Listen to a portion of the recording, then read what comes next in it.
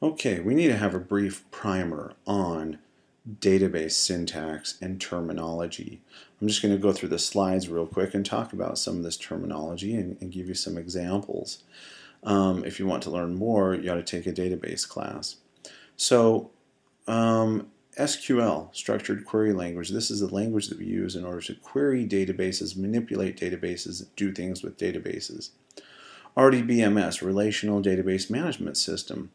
You can see a database in which relations between information items are explicitly specified as accessible attributes. Basically, we can link tables together through a common field. And there's many different types of relational database management systems. MySQL is the one we're using. Oracle is another popular one. SQL Server, another popular one. Postgres. There's lots out there. Another term, record, is a row within a table. And I guess we haven't said the term table, but a table is just, think of it as like an Excel spreadsheet. Excel spreadsheet has rows and columns. A table in MySQL or in a database has rows and columns.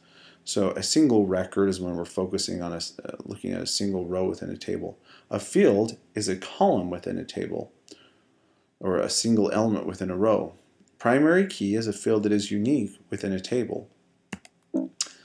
A foreign key, the way in which we can join two tables together, and a join is how we connect one table to another.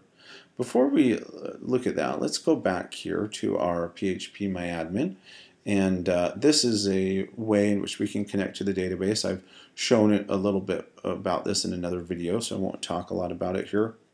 But let's say that, once again, I'm dealing with this particular instructor table, and if I'm looking at rows and columns, you can see that I have 1, 2, 3, 4, 5 rows or records in this particular table of my database. This whole collection of tables is in a single database. These columns you see are what are known as the fields within the database. So there's 3 fields within this database. Primary key, if we review that, remember the primary key is the field which uniquely identifies each record in this table. And if you look at this, you can see that instructor ID has to be unique. You could have 2 instructors with the same first name and last name, but they will always have a different instructor ID. If we were to look at, say, customers, okay, maybe customers, there we go.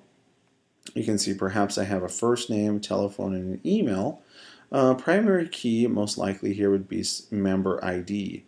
You might argue that email or telephone could be unique, and you might win that argument.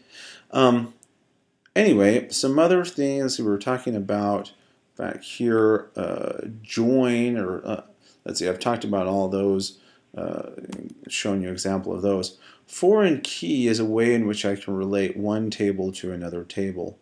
So, I don't know, let's say that I have a course table here. Maybe.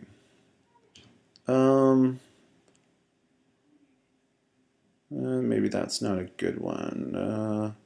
Let's look at the section table.